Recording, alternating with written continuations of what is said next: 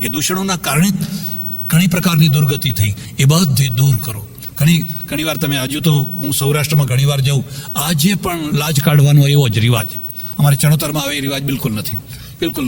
પણ કાઠિયાવાડમાં તો હજુ પણ છે. મારે કચ્છમાં જવાનું થયેલું અને બધી બહેનોની જ સભા હતી ને બહેનોની સભામાંથી પુરુષો વક્તા, એકે બેન વક્તા નહીં. મેં કહ્યું આ બહેનોની સભા છે, એકે બેન તો બોલતી જ નથી. પછી એલાન કર્યું કોઈ એક બેન છે એ માઇક ઉપર આવીને બોલે તો બધી લાજ કાઢેલી, બધી લાજ કાઢેલી. કચ્છમાં વધારે પાટીદારની જ વાત કરું છું, કડવા પાટીદારની. એક બેન માંડ ઊભી થઈ, પણ એને શરત કરી કે હું લાજ કાઢીને બોલીશ અને અવળી ફરીને બોલીશ. મેં કહું આવડી તો આવડી, પછી બધું આવડું થશે, પણ એકવાર તો માઇક ઉપર તો આવ. અને મેં લોકોને સમજાવ્યા કે આ લાજ કાઢી નાખો, આ લાજ હવે તમારે રાખવાની જરૂર નથી. પહેલાં આ મુસલમાનોની બીકથી લાજ કઢાતી, કારણ કે જુલમ કરનારા શાસકો હતા અને કોઈ રૂપાળી સ્ત્રીને જુએ તો એને ઉપાડી જાય, બધું જાત જાતનું થતું. એટલે આપણે ડરના મારે આ લાજ કાઢતા. હવે એવું કંઈ છે નહીં. એમ કરીને ઘણા લોકોએ ત્યાં જ બધી લાજ પડતી મૂકી દીધી. પણ મારે ઉપાધિ થઈ ગઈ. જેના ઘેર ઉતરેલો એ 60-70 વર્ષના ડોસા ને ડોસી, એ ડોસી આવીને મને જે લડવા માંડી, મને કે કેવા મહારાજ છો. મેં કહું ભાઈ જેવા છીએ એવા છીએ, તમારે શું? મને કે આ મર્યાદા તમે તોડાવો છો. આ સ્ત્રીની લાજ તો એની મર્યાદા છે. મર્યાદા હું તોડાવતો નથી, મર્યાદા હોવી જ જોઈએ.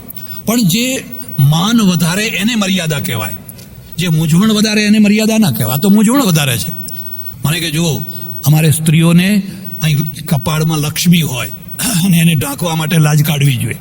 હવે આ ડોશી શાસ્ત્ર, એક કાશી શાસ્ત્ર હોય, હું ભણેલો પણ આ ડોશી શાસ્ત્ર નહીં ભણેલો. મને કે અમારે કપાળમાં લક્ષ્મી હોય ને એને ઢાંકવા માટે લાજ કાઢવી જોઈએ. હવે આપણે તો એમ કંઈ કરાગ્રે વસતે લક્ષ્મી, આપણે કર્મ હાથમાં લક્ષ્મી માનીએ છીએ, પણ આ ડોશી નવું લઈ આવી. પણ મને તરત જ ભગવાને બુદ્ધિ સુજાડીને એના ઘરમાં બધા ઘણા ફોટા.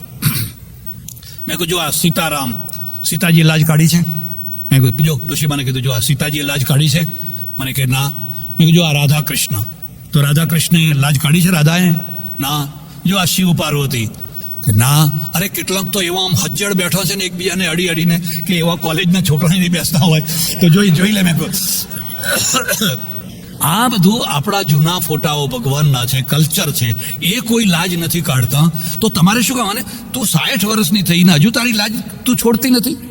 અને ડોશી ઢીલી પડી ગઈ. મને કે આટલા વર્ષથી આ ઘરમાં ફોટા રાખ્યા છે પણ આવી રીતે તો મેં કદી જોયું જ નહીં. હું તો જ્યારે જોઉં ત્યારે હે ભગવાન, હે ભગવાન. અરે મેં કહું જો આપણા ભગવાન છે.